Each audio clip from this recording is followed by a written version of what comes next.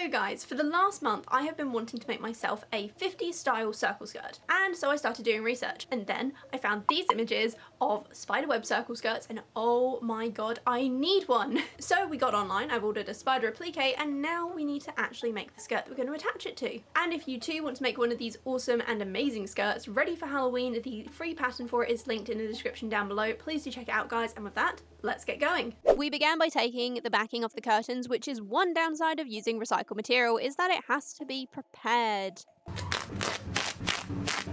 And it takes ages. Then out came the iron to make the fabric nice and flat. Once that was done, we folded the curtains in half and worked out the dimensions of the circle skirt. Now with my circle skirts, I always intentionally try to make the back of my circle skirts a few centimeters longer than the front, because these skirts have to go over my naturally rather round bum, which naturally doesn't lay flat like the front does, meaning it will often look shorter, and this really damn annoys me. So I'd rather have the back a noticeable centimeter or so longer than have it clearly uneven with the front being longer, because that just looks super weird and I no longer wear my dresses that this has happened to because it annoys me just that much. These are then all cut out, and I even measured and made a rectangle to be the waistband. I then drew out and cut several lines of straight fabric, which I plan to use for binding around the base of the skirt.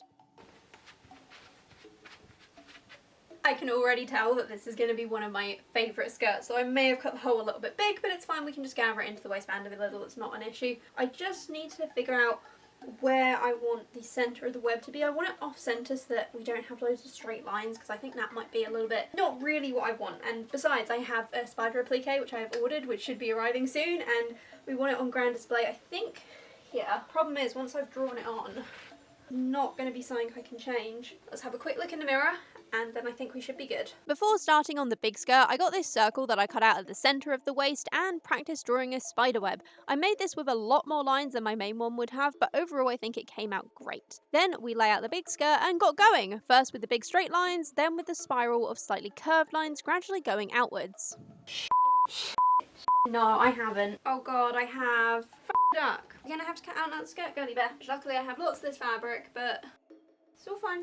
Let's just say I spent the next hour or so ironing fabric, pinning things and cutting things, and basically getting back to where we were. God damn it! So then after much double and triple and quadruple checking, we got back to drawing out the spiderweb once more, and when it was done, oh boy did it look amazing! Doesn't this just look amazing? I'm really glad that I only went with the two lines just spiraling gradually outward. It looks so cool. But now that it's all drawn on, we actually have to figure out how we're going to sew this, which means I need to go and do some experimentation with my sewing machine, because I am thinking that the vertical lines and then the little sweepy bits should be two different sizes, but I don't know what sizes. Also, I was really hoping my spider would have arrived by now, which it hasn't, and it's making me really anxious because I want to wear this and I want to wear it soon. So I ran some experiments, and after a few tries I found what I liked. And then, nerve-wracking as it was, we were onto the real thing. And oh my god guys, I had forgotten how much I hated doing the zigzags for my Nemo dress, and this really isn't any better. It took absolutely forever to get the lines done, though it did look fantastic. So we are playing a game of thread chicken. The thread that I've used to sew the rest of the skirt I don't have any more for once I use up the last of it. I have other black thread, but it's just not quite as shiny and nice, so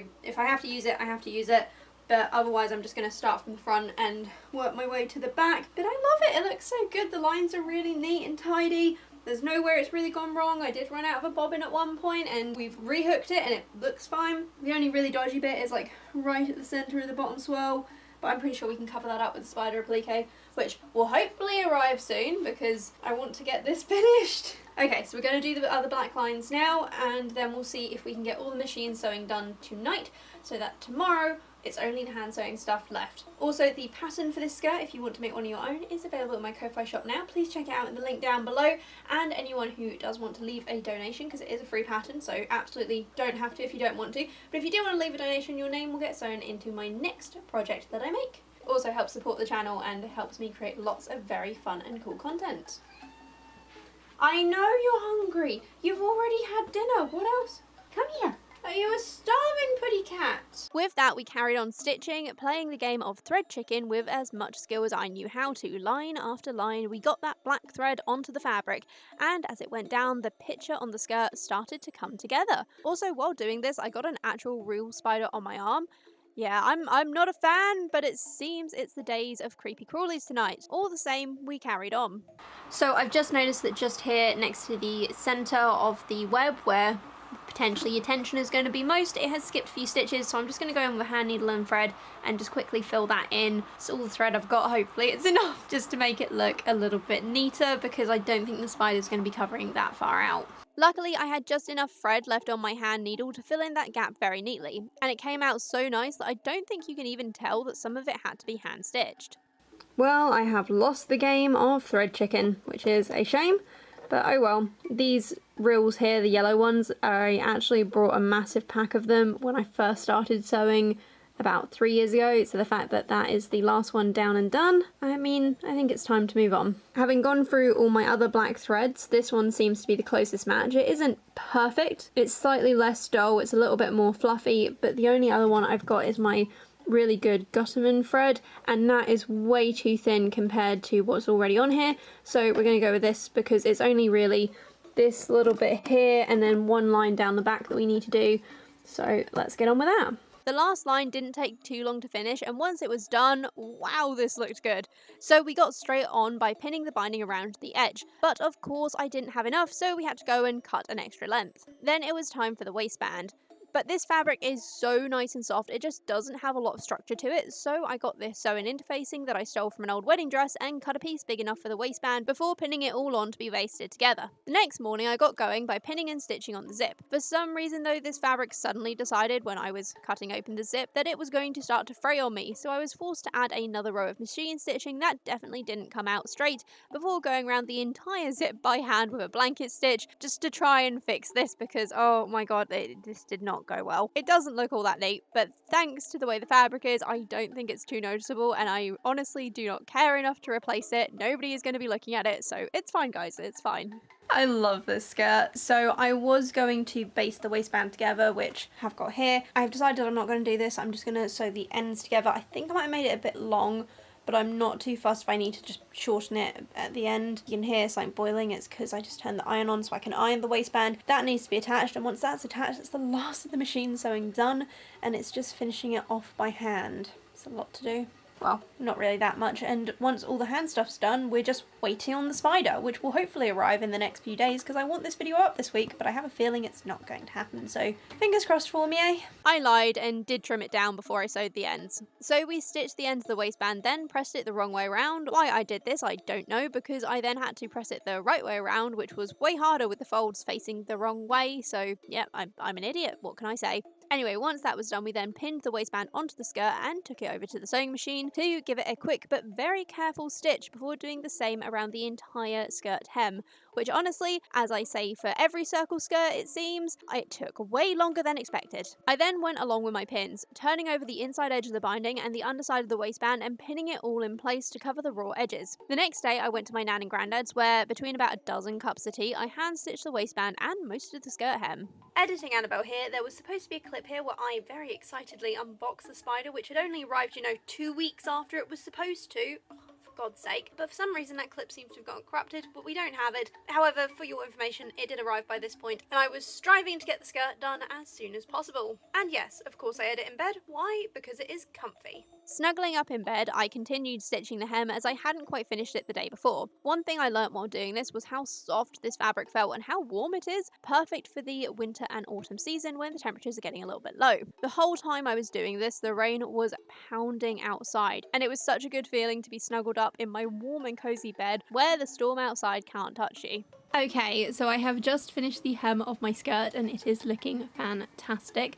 I did take all my clothes off and then try the skirt on so that I can mark where I want the placement of the buttonholes to be. So we have 2 buttonholes and 2 buttons.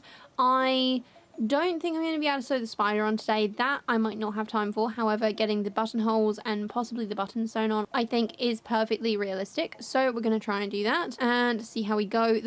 I'm an idiot. So the one thing that I didn't realise is that I haven't made the zip, or I should have used a longer zip, because I have to put this on over my shirt. I can't just step into it because my ass is too big, which a little bit of a shame, but hey ho, there we go. What can you do? I'm not going to repick it and redo it now, but that's a problem for future me.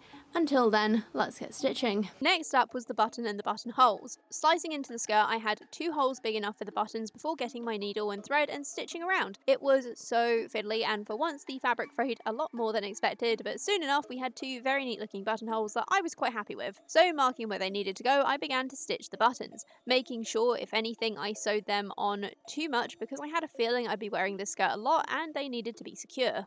And the button and buttonholes are on. Also, can you guys hear this rain? It has been like this all day and is utterly insane.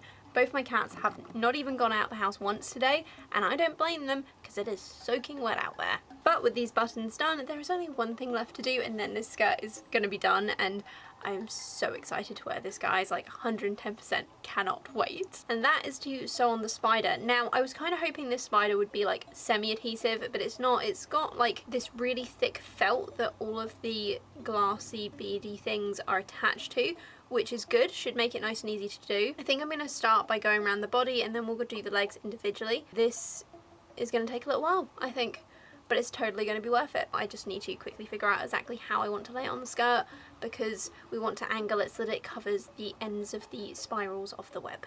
Fiddling around a little bit, I got the spider into a spot I like and then pinned it down. I decided to sew the main body of the spider first as this was the easiest part, and really I needed it to stay in place while I did the legs, which were going to be very flexible and a little bit tricky.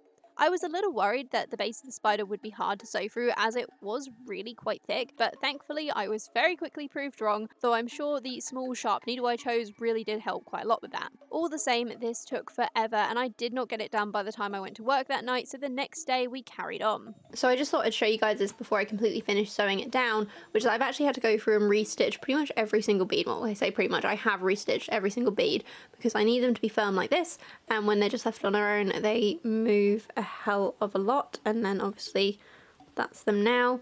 Same for these ones, you can see how much those move. These ones I've already done and they are pretty much solid. It's really annoying, it's meant that this has taken me way longer than I planned, but if it means that this is actually going to last, then I am happy with it. And just look how cool this sparkly spider is. Having to go around and restitch all of the beads had not been part of my plan, but we did it all the same. They were immediately a lot more secure, and I am very pleased that I decided to do this because, let's face it, I am me and this will probably be going through the washing machine and we don't want any of these pretty sparkles to be falling off. And soon enough, we were actually done.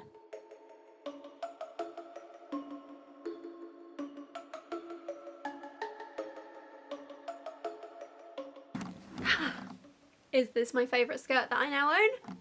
Well, yes. Yes, it definitely is. I am so happy with how this came out. The fabric is excellent. The fact that it's an old curtain is just like, it is really super light. It is very soft to wear. It is very comfy. I have no complaints whatsoever. The zigzag stitch that formed the spider web came out perfect. You cannot see at all where I had to change threads, which I'm so glad of because I was super worried about that. So yay! The hem of the skirt also very, very neat, very tidy. It is quite obvious that the back is slightly longer than the front, but I don't actually care because again, if I make it all even all the way around, my bum sticks out and then the back ends up way shorter than the front and it just So I'd far rather the back be obviously longer, even if it's just by a couple of centimetres. Trying to think how much longer I made it. Was it 5 centimetres longer?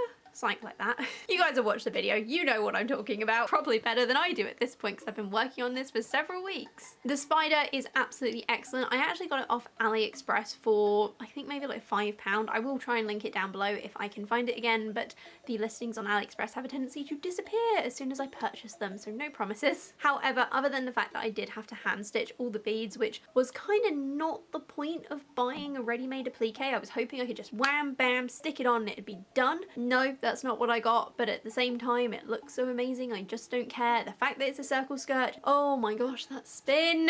I love how circle skirts spin. The flow of them is lovely. The fabric is amazing for this because it just kind of flows and ripples really nicely as you move. The button up the back is good. The zip also good. Wish I'd put a longer zip in. If I had to change anything about this project, I would have added a longer zip by a good 5 to 10 centimetres, because the thing is I actually can't get this skirt on by stepping into it. I have to put it over my head, and putting it on, that's fine. Taking it off, it gets very, very awkward. That is literally the only time I have not struggled to take this thing off, for God's sake. This skirt is 110% going in my regular wardrobe as well as my wardrobe specifically for autumn and Halloween because yes, it's made of spiders. No, I do not only want to wear it in October. Why? Because it is amazing. Actually, don't I own like a spider blazer? Why am I not wearing this with this? Where is it? I don't know. If I find it, I will take some photos and show you guys because that would be absolutely epic. This skirt is very 1950s. I think it definitely embodied the theme of the other skirts that I have seen in the past. I was debating adding a ruffle onto the bottom, but actually I'm really glad I didn't because I like it just as it is. Ruffles are great, but I don't think it would have suited this. We were just going for a basic skirt with some really awesome decoration, which is exactly what we got. And again, this will be going into my everyday wardrobe and I could not be happier about that. And with that, guys, thank you so much for joining me. If you enjoyed this video, please do remember to hit that like button. It really helps the channel out. Leave any comments you have down below or questions. I answer every single question and comment that I get. So yay if you want to talk to me. Otherwise, if you do want to talk to me a little bit more, we actually have a really awesome Discord, which is linked down below. Please do check it out. And if you want to make this skirt for yourself, the link for my Ko-Fi shop is actually down below with the skirt pattern, which is up for free. Yes, I have even drawn on the spider webs for you. And until next week, guys, I hope you have a beautiful day and a very frightening spooky season. I post videos every Wednesday with vintage sewing machine, history bounding, and cosplay content. So make sure you subscribe so that you don't miss out. And until next Wednesday, guys, have a beautiful day. Bye!